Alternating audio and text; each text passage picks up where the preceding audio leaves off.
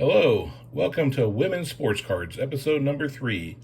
This one titled Tracking Wilma Rudolph Classics. I'm Darryl Howerton, and this is Wilma. Meet Wilma. She graced our earth from 1940 through 1994, and she's been one of my all-time favorites ever since I was a young lad. She, was just a great superstar female athlete story from start to finish, and it's a story that's told in kindergartens and elementary schools everywhere. It's just a beautiful classic, and it goes back to the early 40s, where at age 5 she was diagnosed with polio and later contracted infantile paralysis because of it. Unable to run, unable to walk, she was bedridden for much of her early life. The doctors told her brothers and sisters, she was the 20th of 22 siblings.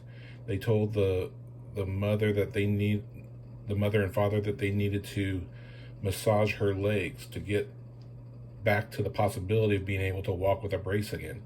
So the brothers and sisters were instrumental in helping her get back to that level at age 12, where she was able to walk with the brace for a while and then able to take it off, then able to run, and then soon became the fastest female on earth. It's just a great story, and that's why I like collecting these vintage cards of hers.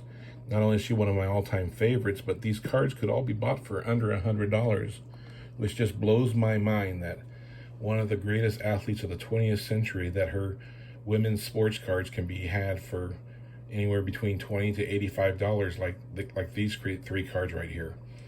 Two of them I consider rookie cards, so it's just a phenomenal thing. But getting back to her story, if you're not totally familiar with it, I mean, after she was able to conquer polio and infantile paralysis, she went on to the 1956 Summer Olympics as a 16-year-old girl on the 4x100 meter relay team USA, and won a bronze medal, like I said, as a teenager.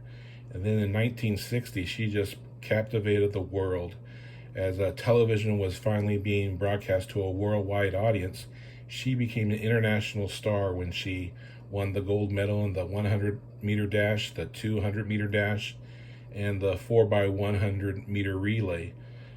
All this was in Rome, and as a 20-year-old woman, she just captivated the world with her beauty, with her elegance, with her charm, and mostly with her dominance in the sport of track and field.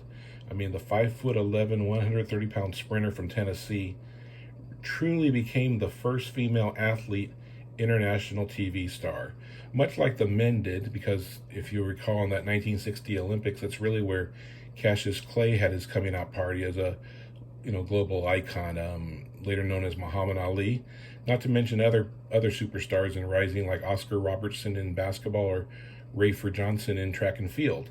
It was really a major platform with a worldwide TV audience where these stars really shone for the world to see. And like I said, she used her platform well as a civil rights and women's rights icon, shortly thereafter.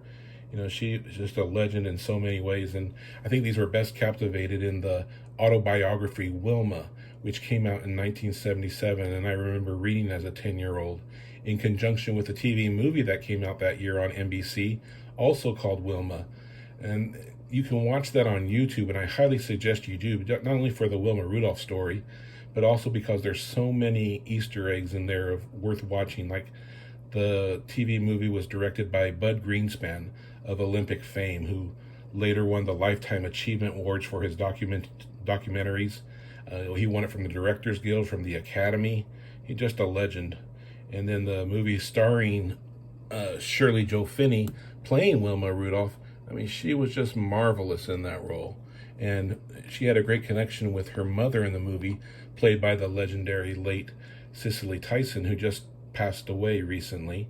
There's another great reason to watch the movie, but perhaps the greatest reason of all is it's the rookie card of Denzel Washington. He makes his movie debut in Wilma, playing Wilma Rudolph's husband. And if that's not enough for you, Pauletta Washington, who's Denzel Washington's wife, she made her rookie card debut in that movie too, as Paulette Pearson. Like I said, so many great reasons to watch that. Cue it up on YouTube. It's Wilma, the TV movie. Just it's worth the hour and a half of your time. That being said, these cards are worth looking into as well. Like I said, they're vintage cards. A couple of them are rookie cards. This one right here is a 1960s extra bladette. I was so happy to get this back in the mail today as a SGC 5, excellent grade, authenticated and everything. This card right here is part of the set of Series 2, card number 8, which tells me in my research that it came out in either late 1960 or early 1961. And I think SGC agrees with me because they put on the slab 1960s, so they didn't commit to either year, but I think it's probably one or the other, which could make it the rookie card. If that's not the rookie card, this one possibly could be. The 1960 Hamet's Journal Wilma Rudolph card that I got authenticated today as a SGC 3. So this is another beautiful card. Also came from Sweden, as the first one did. And again, it has that backing, much like the first card I showed you, written in Dutch or Swedish, as this one is, the 1962 Dutch Gum TV card of Wilma Rudolph. I got this in pairs. This one got a 2, this one got a 3. It's part of the TV2 set, or I should say a TV set, and it is numbered TV2. There's also another card in that set numbered TV12, which is not in my possession, but it's another nice one to have. I would consider those 5 cards her 5 most iconic cards of Wilma Rudolph. All of them are in color, and one I forgot to mention was that I don't have is the 1960 Record Journal card, which might be considered her rookie card as well. She shares that with Glenn Davis, an American hurdler who won a couple gold medals in the 1960 Summer Olympics as well. So like I said, those are great cards to have, and like I said, I was able to buy all of these between 20 to 85 bucks, which just blows my mind. I mean, would a Bill Russell NBA card be worth less than $100? Would you be able to buy a Jackie Robinson card under $100? No, but these you can get at that price, which makes them a huge bargain.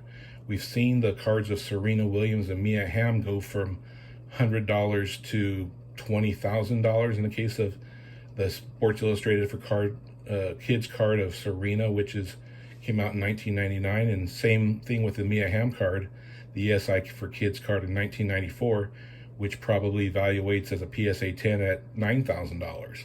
So those cards skyrocketed in the past year, and yet the Wilma Rudolph cards are still under $100. So to me, that tells me these vintage cards are bargains out there, because there is nobody greater than Wilma Rudolph in the 20th century, in my humble opinion. But that being said, I hope you learned something. I hope you I hope you watched that Wilma TV movie on YouTube.